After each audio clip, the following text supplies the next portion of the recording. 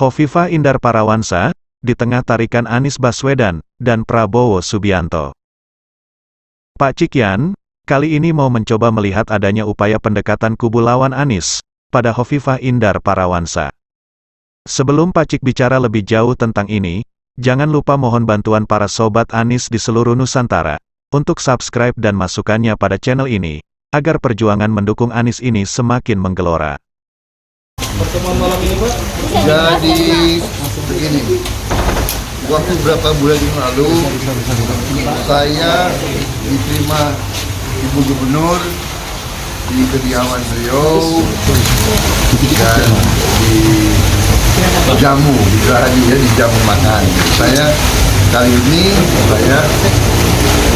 membalas mengundang beliau. Jadi kira-kira itu dalam rangka silaturahmi dalam rangka. Gubernur Jawa Timur, Khofifah Indar Parawansa, menjadi tokoh idola dan berpengaruh saat ini, yang dibidik kuat oleh partai-partai politik jelang Pilpres 2024.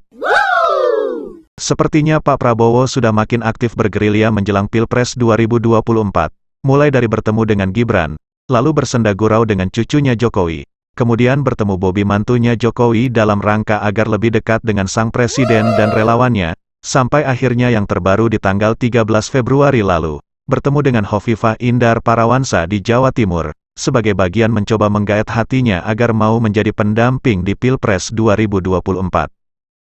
Dalam beberapa waktu terakhir, nama Khofifah kerap disinggung oleh partai pengusung Anies Baswedan, begitu juga dari para pendukung Anies. Dalam postingan awal video YouTube Pak Cik, juga sudah memperkirakan akan pentingnya sosok Khofifah untuk mendongkrak suara Anies Baswedan, khususnya untuk mendulang suara dari Jawa Timur dan Jawa Tengah.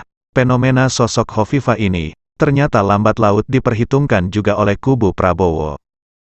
Pada kunjungan tanggal 13 Februari lalu, Prabowo bahkan tidak membantah ada pembicaraan soal Pilpres 2024 dengan Khofifah. Namun, Prabowo enggan berkomentar soal kans berpasangan dengan Gubernur Jawa Timur tersebut di Pilpres 2024 mendatang.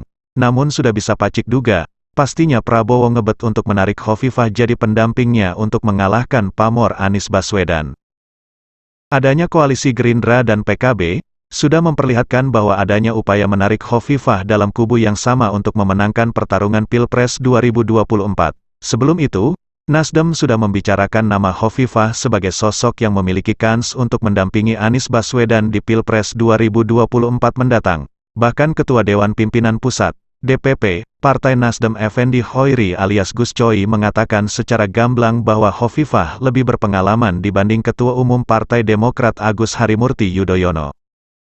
Masyarakat luas apalagi orang Jawa Timur dan Jawa Tengah, terutama dari kalangan Nahdien Nahdlatul Ulama, sudah tahu Khofifah punya pengalaman sebagai menteri, punya pengalaman memimpin daerah karena menjadi gubernur Jawa Timur, punya pengalaman seabrek juga di DPR.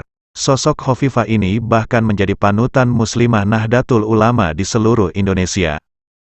Bu Khofifah termasuk sosok yang dekat dengan akar rumput konstituen Partai Persatuan Pembangunan, P3, dan Partai Kebangkitan Bangsa, PKB, dengan jumlah pendukung sangat besar, terutama dari Jawa Tengah dan Jawa Timur.